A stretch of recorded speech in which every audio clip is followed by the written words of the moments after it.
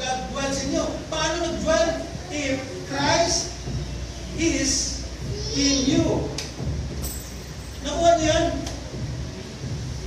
Nung si Kristo ay dumating sa buhay natin, tinanggap natin Panginoon at Tagapagligtas, ang Holy Spirit ay dumating sa atin.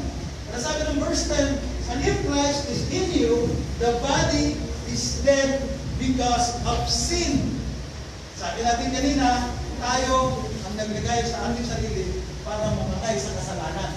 Walang kinalaman ng Diyos doon. Tayo ang naglagay sa ating sarili para mamatay tayo araw-araw. Patay natin ang ating sarili, ilubog natin doon sa kasalanan. Patay tayo sa harapan ng Diyos, buhay tayo sa harapan ng condemnation. Pero ang pag-ibig ng Diyos ay dumating in the person of Christ. And if Christ is in you, the body is dead because of sin, but the Spirit is life because of righteousness. Yung Espiritu ni Kristo ang bumuhay sa ating Espiritu, at ang Espiritu natin na nakakunik sa Espiritu ng Diyos, bumuhay sa ating physical body. Upang magamit natin ito na iset yung ating isipan hindi sa mga bagay sa laban, kundi sa mga bagay patungkol sa Espiritu at gawain ng Panginoon. So ito yung function ng Holy Spirit sa church. At ang function ng church sa ministry ng Diyos ay maglaan tayo ng ating mga isipan at puso sa gawain ang langit. Sa gawain na kung saan iniisip at sinapaniwalaan natin na ito ay magbibigay ng kalulatian sa Diyos. Siguro, minsan naisip natin, lugi ako, sapagkat, tingnan ninyo holistic ministry ang ginagawa ni Jesus Christ. Lagi natin nababasa, hindi lamang siya nagpapagaling. Diba? Pag nagpagaling siya, nagpapakain siya.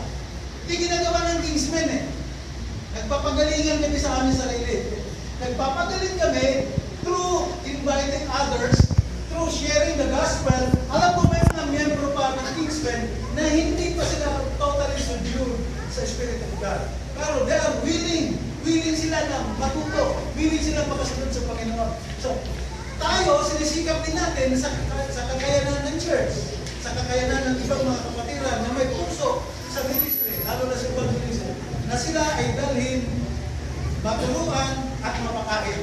Ang tinatawag din holistic ministry. Ganon din ang ginagawa ng early churches. Ganon ang ginagawa ni Jesus.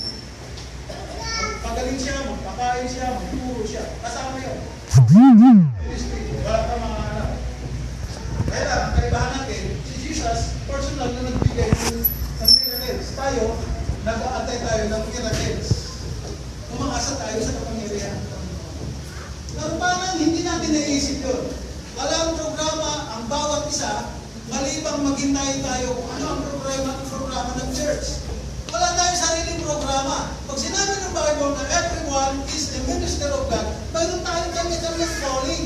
Kung minsan nakukulong tayo doon sa programa ng church. Pero maniwala ko kayo na kahit itong maliit na nalalag ito, mayroong calling ang Panginoon. Kailangan niyang makita, mayroon siyang isang papel na gagampanan sa mga katulad niya. Dahil hindi nakikita ng maraming church yan. Bagamat ang mga taong, ang mga church na mayroong ganitong programa sa individual, ito yung church na malusog, ito yung church na malaki. Hindi kinatatakutan ng community, hindi pinag-uusapan sila ang maganda ng kanilang mga testimony. Bakit? Mayroon silang personal ministry. Tayo, nag-iintay pa tayo ng kailangan ng leader. Pag walang leader, wala na rin. Kaya ganun beses ako nag-observe dito. Kailangan mo dumating ng light, titignan ko, sino ba nakatayo doon? Sabi ko, Jen, may tao naman meron po. May nagtuturo. Wala. Bakit?